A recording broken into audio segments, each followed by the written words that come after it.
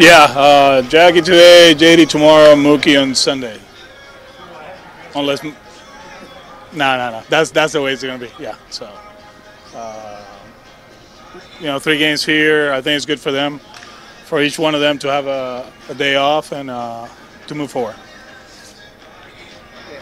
Do you have a pitcher for Sunday, or? We're still waiting. Let's see how it goes today. Yeah. But we got BJ most likely. We still got Hector.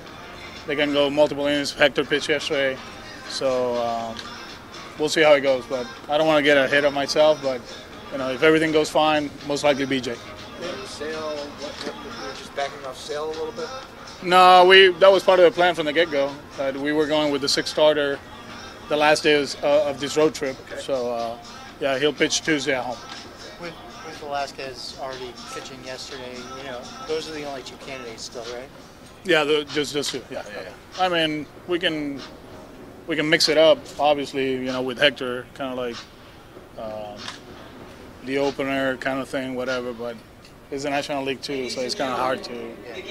I mean, at least for me, to have an opener and then all of a sudden you have to hit for him right away and all that. So we'll see. We'll see how it goes. BJ is a good hitter, so. Could have an opener, or you win one? No. I don't. I'd probably no. Avoid that. How many times have you spoken to your second baseman since last night? Just once. Yeah. I mean, good game. He felt good. I haven't talked to him today, but he moved well. He said made a lot of plays, swung the bat well. He feels good. He feels really good. Play today and tomorrow off? Yes, that's the plan. Is there a timetable for his? We'll decide Sunday.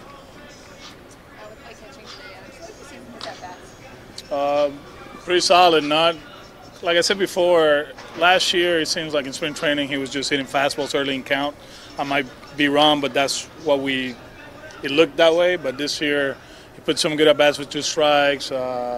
He's staying back, not chasing as much. So he had a great game 2 days ago. Yesterday he pinch hit, put a good swing. Got the single. So throw him out there again. And he's catching Rick. No issues there. But I think the way he's swinging the bat, it's good to have him in the lineup. So Cora was saying in his press conference that when he came over here, he reached out to you for a possibility of a coaching job. Yes. How close did that come, and what was your thought process on it? We talked about it yesterday. Interview, went back to Bristol, and AJ called me right away. A day later, he called me, and I felt like going to Houston was a good situation. The way they do things, it was something different. Having a chance to win it was very important. And there's other factors too. Although Houston is far from Puerto Rico, it's one fly away from Puerto Rico. So for the family, I thought about that in the beginning, and I'm glad that it was Houston because of what happened later on. Things happen for a reason, huh? So, yeah, he's a good guy. He's done an outstanding job with them. I'm glad that they extended him. Very energetic. He's been good for the D-backs. Yeah, it worked out great for both of you. So far, yeah, I guess. Did you look back over video of Eduardo's start? Like, is there anything in particular that stands out looking at what went down yesterday? Just a few at bats, I think the double, the sac fly, and he got the shortstop down in the count. He ended up walking. And then the 2 changeups to Piscotti, non-competitive pitches down and 1 away, and then the fastball, like he said, he left it over the plate.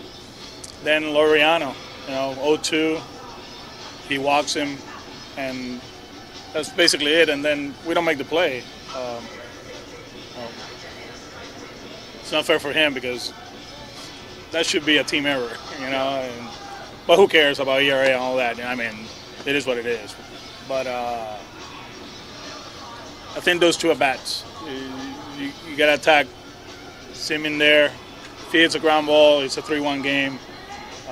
pitch to contact, and then the walk. Yeah, I mean 0-2. That's a big walk to get him going. We've made a big deal about like sales velocity, and it's like maybe I recognize maybe you can say too big a deal. Eduardo had a different build-up this spring, right? So like the fact that his velocity is below where he normally sits, has that been at all a concern for you?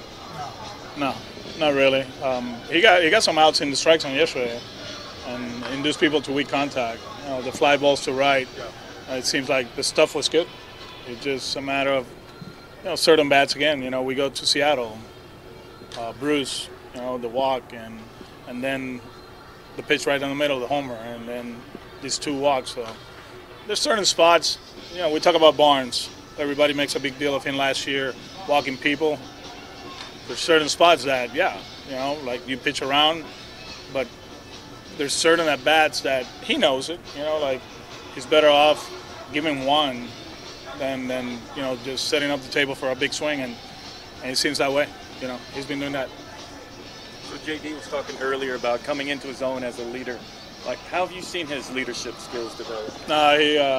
He's been great. He's been great in the clubhouse. Last year, just him talking baseball and talking hitting with those guys. I'm a huge believer that the more you talk in the clubhouse and dugout about the game, the better you're going to be. And he's the one that in the cage, in the video room, in the meetings, he's always talking about his game plan, talking about the opposition.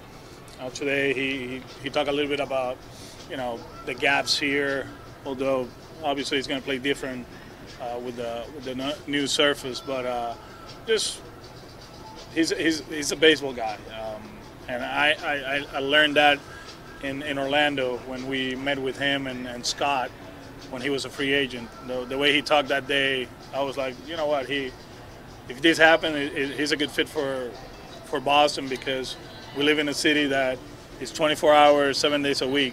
They don't stop. They're relentless, and he's the same way. He loves it. So that's why he's become the leader of this team. Do you think baseball was improved by having new guys coming up as managers? Whether it was Torrey, yourself. It's great.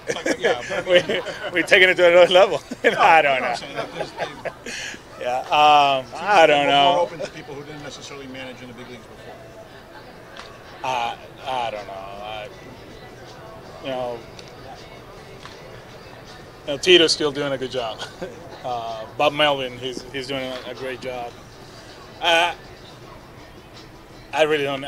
Honestly, you got me on that one, Pete. I don't know where to go. I think it's more.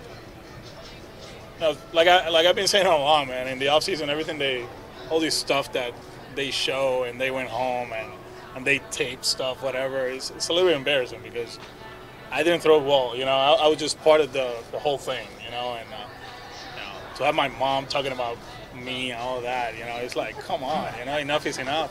I actually turn off the TV, like when I'm walking by and they showed the life story of Alex Cora. I'm like, no, I don't want enough of this stuff, and it's just with him, I think with Mike, they had a connection, and the people they interviewed for that job, most of us were young, and I think it's more about what they're looking for as far as the GM.